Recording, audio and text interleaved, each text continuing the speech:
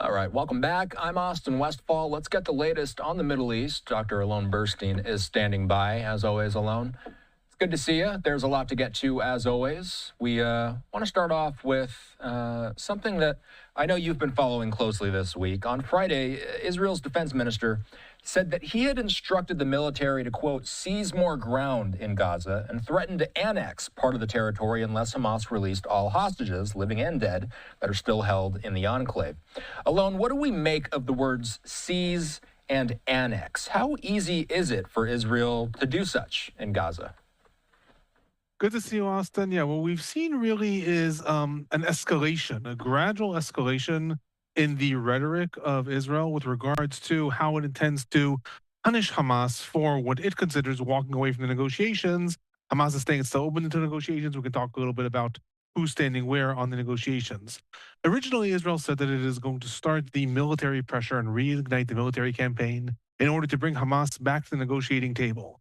Then the rhetoric started to change. And the Minister of Defense said that the military pressure is going to continue until all hostages are released. That's different. That's different than coming to negotiations.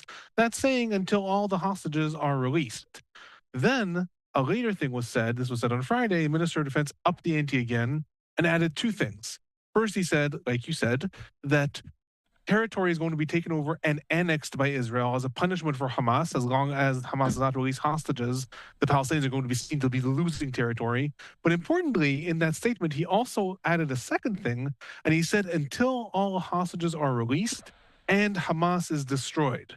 That's really upping the ante. Now, is that actually going to happen? At this point, it seems unlikely. For Israel to annex territory from the occupied Palestinian territories from the West Bank and the Gaza Strip is not that easy. Israel has held the territory in the West Bank since 1967, and in the Gaza Strip, it held it since 1967 until 2005. It's always threatened to annex it. It never actually has, except for East Jerusalem. It never actually has. Such a move would run up against a lot of internal legal problems within Israel. It would come up before the Israeli High Court of Justice. It's also questionable if the Trump administration would support this. Even if we take the most radical interpretation of Trump's plan for the Gaza Strip, if we say that it is the complete ethnic cleansing of all Palestinians, driving them elsewhere and rebuilding Gaza and the Riviera of the Middle East, in his plan, that does not then belong to Israel. That's not Israel expanding its borders. So I take this more as a threat and something that's meant to sort of cater to Israel's more right-wing hawkish coalition, some of which want to annex the Gaza Strip. I take that more as a threat and looking at that rather than something that's actually going to happen. Even if it would happen, it's not going to happen in the next week or two. That is something that would take years. At this point, Israel is simply upping the ante, trying without actually retaking the entire Gaza Strip, trying to constantly threaten and say, look, if you don't, we're quote unquote done playing games. And that's just how I read this rhetoric. Yeah, as you know, this week the IDF once again moved ground forces into Gaza. What do we know about how much Hamas has rehabilitated during the temporary truce? Did it likely give them time to reorganize alone? Is the IDF targeting things on the ground there that weren't there before? So when we think about Hamas in the Gaza Strip, we really have to think about two different systems. There is the political system, that is the system that was the governing body of Hamas. That includes everything that we think of in a government. I know that when we think of Hamas, we think of a terror group, and it is labeled as a terror group. But when it governed the Gaza Strip, it also had civil servants. It also had postal workers. It also had sewage workers. It had educational workers. It had hospital workers. All of these were part of the Hamas government. Then we have Hamas's military wing, the Al-Qassam brigades, and the two, even though they support each other, do really operate sort of distinctly. One of the interesting things that Israel has done as it returned to fighting now in the last week is it specifically did not target Hamas's military infrastructure. Instead, it focused almost all of its attacks on Hamas's civilian infrastructures, the attempt to rebuild its governing apparatus in the Gaza Strip. Among the list of those who were assassinated is Issam Da'alis. He was the Hamas prime minister in the Gaza Strip. Others are the minister of interior in charge of the police. So Israel really focused its attacks on the Hamas governing capabilities. I think possibly out of sort of looking more forward, looking ahead, Israel's going to encounter the Al-Qassam brigades no matter what, the military wing, but the governing apparatus is really what Israel would like to stop Hamas from rebuilding. Now, has Hamas managed to rebuild? In some way, both of those apparatuses, the governing system and the military wing, have been rehabilitating themselves throughout the entire time. But mostly during the truce, it was the governing apparatus, the political wing that really rebuilt itself. Because the Al Qassam brigades, the military wing, throughout the entire war has been rebuilding itself. It is constantly, it's losing troops, it's training new troops, it's losing ground, it is gaining ground elsewhere. According to intelligence reports in Israel and the United States, Israel managed to kill between 14,000 and 17,000 militants in the Gaza Strip. Hamas, during the war, not during the truce, during the active fighting, was able to recruit between 10,000 and 15,000 new fighters. So the Al Qassam Brigades is constantly rebuilding itself. What really was not able to rebuild itself during the active fighting is the governing apparatus. The entire civil infrastructure collapsed. There was no such thing as social services, no such thing as police officers. One of the very basic functions that happened when the truce started is Hamas mayors came out of hiding and started directing traffic. Like, the roads are destroyed, no one knows where to go. It's hard for us to sort of conceptualize in the quote unquote Western world. But if you think about where you're living, all of a sudden the entire roads are bombed down. Now people are starting to drive. You need basic police officers. That's really what Hamas has invested in rebuilding since the truce, primarily because it wants to show Israel, the Arab world, the Western world, and mostly the population of Gaza, we're still here. It's been 15 months, but still you haven't instated any other government in Gaza. So guess what? We're the only government in Gaza. One more thing I'll say about that is very, very important.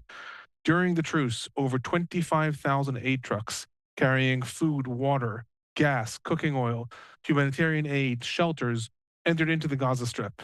There is no other governing apparatus in Gaza to manage and organize this. There is the United Nations, but Israel is not working with the United Nations Relief and Work Agency, UNRWA, because it says that it supports Hamas. There are other smaller aid agencies, but bottom line, you need a governing apparatus to organize and manage this. Somewhat regrettably, I'll say, the only governing apparatus in the Gaza Strip is Hamas. Now aid is cut off from the Gaza Strip. Guess what? The one that manages to largely take hold of the humanitarian aid and then distribute it, the one that's the only functional government at this point, is still the Hamas apparatus. Tough situation. Live look at Gaza, early morning hours there in the Middle East. Not only Gaza do we have our eyes on, we've also, for the first time in some time, we've been looking up north as well.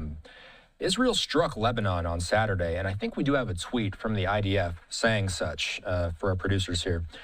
Israel did strike in Lebanon on Saturday. It was in retaliation for rockets targeting Israel. It killed 6 people, including a child, in the heaviest exchange of fire alone since the ceasefire with the Lebanese militant group Hezbollah began almost 4 months ago. The rockets fired from Lebanon were the second ones launched since December. Is it feeling like the ceasefire up north is in danger of breaking? To be completely honest, I wouldn't go that far yet. What happened in the current situation is the fighting started up again. Now, when the fighting had started between Israel and Hamas back on October 7th, 2023, everyone in the region was called to action. Hezbollah, starting October 8th, a day after the war broke out, started firing its rockets. And the Houthis, a month later, also got involved. Now Hezbollah has largely been knocked out of the picture as a result of the IDF and Mossad activity that happened, primarily, again, the beeper attack and all those things that we talked about for months. Hezbollah has largely been knocked out of the picture. Ever since the fighting returned, Hezbollah made a lot of statements. None of them threatened that they are going to start firing missiles again. None of them threatened that they're going to be active again. They condemned. Hezbollah is really, really busy trying to lick its wounds. It is trying to rebuild its political strength in Lebanon. I always say we have to look to internal politics. Hezbollah absolutely cannot afford another engagement with the IDF right now. Then all of a sudden, fighting returns, and we have the launching of 6 rockets. 3 of them crashed in Lebanon, and 3 of them made it over to the Israeli northern town of Metula. The IDF is going to respond to this as though Hezbollah has broken the ceasefire. In truth, Hezbollah put out a message within an hour screaming, "It is not us. It was not us. Please do not attack us. We are not violating the ceasefire." More than that, they pledged to work with the Lebanese government in order to try to resolve the situation. It's up for grabs if you believe them or don't believe them. I will say that Hezbollah at this point has very little interest in taking part in the fighting. And more than that, if they do, then they have no interest in denying that. Then they are in a lose-lose situation. So Israel is retaliating against Hezbollah as though it came from Hezbollah, because as far as Israel is concerned, they said rockets coming from Lebanon, we're hitting back. We're hitting back because that's a violation. We don't care who it was. Was this in fact Hezbollah? I would bet probably not. Hamas does have a presence in southern Lebanon. Palestinian Islamic Jihad has a presence in Lebanon. Amal, another group, has a presence in Lebanon. I will say that the Lebanese military also tried very hard to show that they are taking this seriously, that they're not going to let the situation deteriorate again.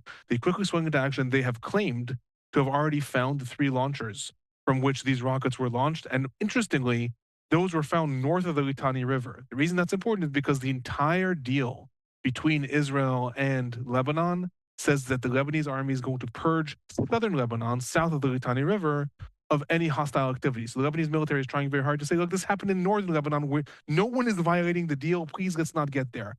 I think that's how Hezbollah wants to see it. Lebanon wants to see it.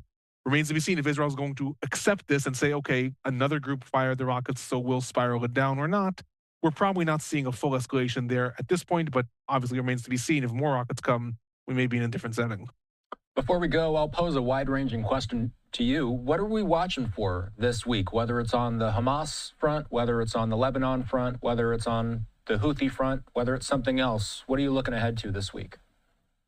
So really what I'm looking to this week is the focus is between Israel and Hamas. And I'll say also internal Israeli politics and what's happening in that arena. Because as I said, what's happening between Israel and Hezbollah, there might be more rockets, but chances are we're not going to see a complete breakdown of the deal. At worst, we'll see the IDF carrying out airstrikes in retaliation. The Houthis, every 2 or 3 days, are launching ballistic missiles at Israel. I don't belittle that. I am just saying the United States has asked Israel to not retaliate, so chances are we're going to see the same dynamic, ballistic missiles coming, the United States responding to Yemen. What we're really going to see, and what we should be looking at, is what is going to be the development in the Gaza Strip. Something that I mentioned, I think, the last time we spoke, it is unprecedented historically and internationally. Israel has invaded the Gaza Strip. Gaza Strip is controlled largely by Hamas, a terror group. Hamas has not retaliated. They have not engaged the IDF at all. They haven't fought them on the ground. They haven't set off roadside bombs. They've sent a couple of rockets, and that is it. That is unprecedented for a terror group to just be saying, okay, you can take over territory. We're still going to ask for negotiations. Really, the next couple of days are going to be the ones that determined what's the trajectory of the next phase. Is Hamas going to say, okay, enough's enough. The IDF is now pushed into too much territory and we're going to start engaging them and then we'll see full swing back into the war? Or is Hamas going to continue to say, okay, we're still calling on negotiating parties? That is going to start mounting pressure on Israel. The United States has already sent some signals that they're not happy with just a return to fire with no aim and no end. And that will mount more pressure on Israel to possibly spiral down.